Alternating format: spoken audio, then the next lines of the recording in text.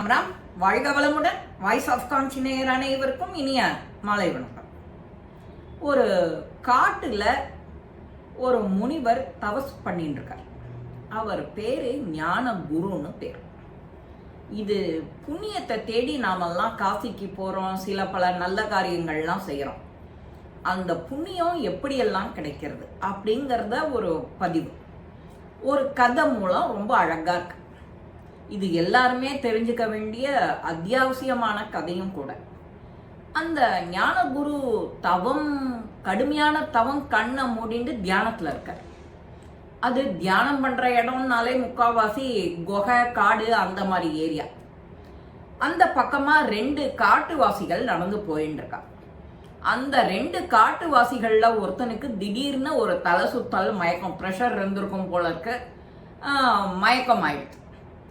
அந்த 2ஆவதா வந்த ஃப்ரெண்டு என்ன பண்றான், கொஞ்சம் பதறிட்டான். ஐயா, நம்ம கூட வந்த ஃப்ரெண்டு கீழே விழுந்துட்டானே அப்படின்னு அவனை தூக்கி பார்க்குறான். அடுத்தது என்ன செய்யறதுன்னு அவனுக்கு தெரியல. ஃபர்ஸ்ட் எய்டு கொடுக்கணும், என்ன செய்யறதுன்னு தெரியல. அப்போ பக்கத்துல இந்த முனிவர் தவம் செஞ்சுட்டு இருக்காரு, ஞான குரு. அவரை போய் கடும் தவசுல இருந்தவரை போய் எழுப்பிட்டான். சாமி சாமி, இந்த மாதிரி என் கூட வந்துட்டு இருந்தான் ஃப்ரெண்டு, அவன் கீழே விழுந்துட்டான், அவனுக்கு என்ன ஆச்சுன்னு தெரியல, நீங்க கொஞ்சம் பார்த்து ஹெல்ப் பண்ணுங்களேன், எனக்கு ஒண்ணுமே தெரியல அப்படிங்கிறான். இந்த ஞான குருவுக்கு என்ன ஆச்சு, அவன் பேர்ல ஒரு கோபம் வந்துடுது. நம்ம தபத்தை கலைச்சுட்டானே அப்படின்னு அவனுக்கு, உன்னோட ஃப்ரெண்டு கீழே விழுந்துட்டான்னு நீ என்னை எழுப்பின இல்ல, அதனால நீ அங்கேயே எரிஞ்சு சாம்பலா போ அப்படின்னு சபிச்சு விடுறார். கொஞ்ச நாள் கழிச்சு இந்த பக்கத்துல மயக்கத்துல விழுந்த அந்த ஃப்ரெண்டு எழுந்துக்கிறான்.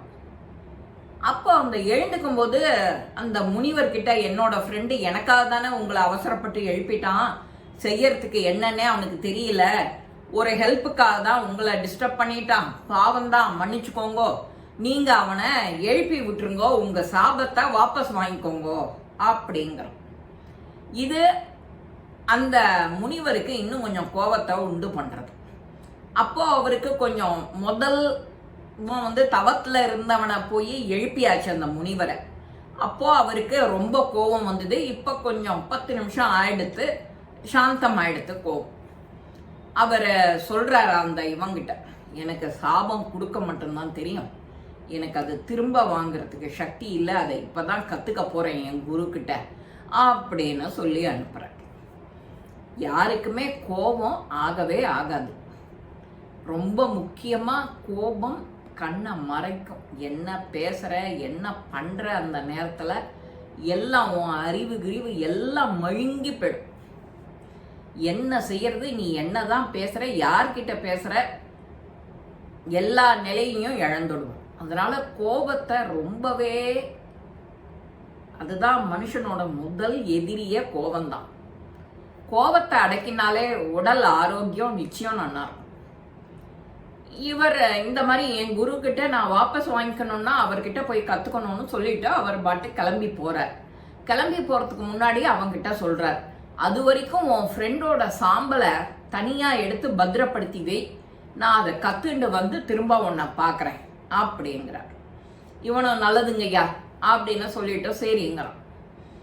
இவர் அதுக்கப்புறம் ஃபர்தரா போயிட்டே இருக்கும் போதே ஒரு அழகான பொண்ணு, ரம்பா ஊர்வசி மாதிரி, அந்த அழகுல மயங்கிடுறார். முனிவர் தவம் செய்யறார். இந்த தவ வலிமையால நிறைய புண்ணியங்கள் வச்சுருக்கார். ஆனா எல்லாருக்கும் சொதக்குன்னு அந்த கோபத்தினால சாபத்தை கொடுத்துடுறோம். அது தப்பு இல்லையா? அந்த பொண்ணு ரொம்ப அழகா இருக்கான்னு உடனே அவ அழகுல மயங்கிடுறார். பக்கத்திலேயே அங்க போறவன் பார்த்து சிரிக்கிறான். இவ்வளவு பெரிய தவ வலிமை உள்ள முனி ஞானியா இருக்க, உனக்கு இப்படியெல்லாம் வரலாமா எண்ணங்கள்? முதல்ல அந்த பொண்ணை பார்த்து நீ ரசிக்கலாமா அப்படின்னு அவன் கேட்கிறான். கேட்ட உடனே, இந்த பிடி சாபம், உனக்கு கண்ணே இருக்கக்கூடாது, வாயே இருக்கக்கூடாது, அப்படின்னு சொல்றார். முதல்ல கண்ணுங்கிறதுனால கண்ணு மட்டும் பழிக்கிறது, கண்ணு இல்லாத படுது அந்த கேள்வி கேட்ட ஆளுக்கு. சரின்னு திரும்ப ஃபர்தரா நடந்துட்டு இருக்காரு. நடந்துட்டு இருந்தா அந்த கடும் தவசு இவர் குரு கிட்ட போறார் இல்லையா, குரு கிட்ட போன உடனே அவர் சொல்றார், ஏதோ ஒரு ஊர் பேரை சொல்லி, ஞானகுரு அந்த ஊர்ல குமார்னு ஒருத்தர் இருப்பார், அவர் அத்தனை புண்ணிய ஆத்மா, அவர்கிட்டேருந்து நீ கொஞ்சம் புண்ணியத்தை வாங்கிட்டு வா, உனக்கு எல்லாமே நான் கத்துத்தரேன் அப்படிங்கிறார். அந்த குமார் என்பவரோட வேலை தான் என்ன அப்படின்னா, அவர் ஒரு இல்லறத்துல இருக்கிறவர், தன்னோட மனைவி குழந்தை குட்டிகளோட சௌக்கியமா வாழறவர். அவருக்கு எப்படி புண்ணியம் வந்தது அப்படின்னு அவர் வீட்டுக்கு போறதுக்கு வழி கேட்கிறார்.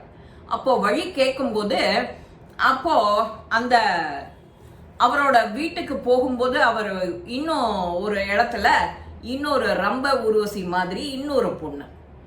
அப்போ அவன் சொல்றான், பக்கத்திலேயே வந்தவ இவ சொல்றா, நீ எப்படி நீ இவ பேர்ல ஆசை கொள்ளலாம், இவளை பார்த்து நீ ரசிக்கலாம், உன்னோட தவ வலிமையெல்லாம் என்ன ஆறுது, நீ இத்தனை நாளா பண்ணின தவசெல்லாம் என்ன ஆறுது அப்படின்னு அவ எள்ளி நகையாடிட்டு போறான். உனக்கு ஊமையா போயிடும் வாய் அப்படின்னு சொல்லிட்டு சாபம் கொடுத்துட்டு திரும்ப நடக்கிறார். இன்னும் கொஞ்சம் தூரம் போனோடனே அந்த குமாரோட வீட்டுக்கு அடையாளம் கேட்கிறார். நான் சொல்ல மாட்டேன், நீயா போய் கண்டுபிடிச்சுக்கோ, நீ உனக்கு திமுறா அப்படி எல்லாருக்கும் சாபம் கொடுத்துட்டே போற அப்படின்னு சொல்லிடுறான் அவன். சரி, நீங்க யாருமே எனக்கு உதவி பண்ண வேண்டான்ட்டு இவர் போய் அந்த அவர் வீட்டை அடையிறார், கதவை தட்டுறார். அவரோ வந்தவர் பெரிய ஞானியா இருக்காரே, நம்மளை தேடி வந்திருக்காரே அப்படின்னு அவருக்கு ஒரு ஆசனம் கொடுத்து உட்கார சொல்றோம். உட்கார சொன்ன உடனே, உங்களோட புண்ணியம், என்னோட குருவானவர் உங்களை பெரிய புண்ணியவான்னு சொல்றார், உங்ககிட்டேருந்து இருக்கிற கொஞ்சம் புண்ணியத்தை எனக்கு கொடுத்தாக்க என்னோட தவ வலிமைய நான் இன்னும் கொஞ்சம் பெருக்கிக்கலாம், அடுத்த ஸ்டேஜுக்கு போகலாம், நான் சாபம் கொடுத்தவால திரும்ப சாபம் இல்லாத ஆக்கலாம் அப்படிங்கிற. அதுக்கு என்ன பேஷா பண்றேனே அப்படின்னு சொல்லிட்டு அதுக்கு நடுப்புற, நீங்க என்னென்ன வேலை செய்யறீங்க, எப்ப பார்த்தாலும் பூஜை புனஸ்காரம் அப்படிதான் பண்ணுவேலா? இல்ல, என்னோட புண்ணியம் எப்படி கிடைச்சதுன்னா, என்னோட சக மனிதர்கள் அகம் பிரம்மாஸ்மின்னு சொல்ற மாதிரி கடவுளை நான் வெளியில தேட வேண்டாம், எனக்குள்ளேயே இருக்க கடவுள் எனக்குள்ளேயே இருக்கிறதுனால என்ன மாதிரி உள்ள மனுஷால நான் மதிப்பேன், அவளோட குணங்களை போற்றுவேன், அவளுக்கு வேணுங்கும் போது உதவி பண்ணுவேன், அவ என்ன உதவின்னு வந்து கேட்டாலும் என்னால நிச்சயம் உதவி பண்ணிடுவேன் அப்படிங்கிறார். இவரை பார்த்து சிரிக்கிறார். என்ன மாதிரி நீ விரதம் இருந்தியா, பூஜை பண்ணியா, தவம் இருந்தியா, நீ எப்படி புண்ணியவான்னு என் குரு சொல்ற அப்படின்னு ஒரு சிரிப்பு ஒண்ணு சிரிச்சுண்டு திரும்ப சாபம் கொடுக்கிறார். எப்படி அந்த புண்ணியவான்கிட்டயே புண்ணியத்தை வாங்கும் போதே இவர் திரும்ப இன்னொரு சாபம் கொடுக்கிறார். இவர் புரிஞ்சுனுட்டார். அப்ப சொல்றார், நீங்க வரும்போதே ஏற்கனவே வர வழியில எல்லாம் 3-4 சாபம் கொடுத்துட்டேன், இனிமே உங்களுக்கு சாபம் பண்றதுக்கான பவர் கிடையாது, எதுவுமே பழிக்காதுங்கிறார்.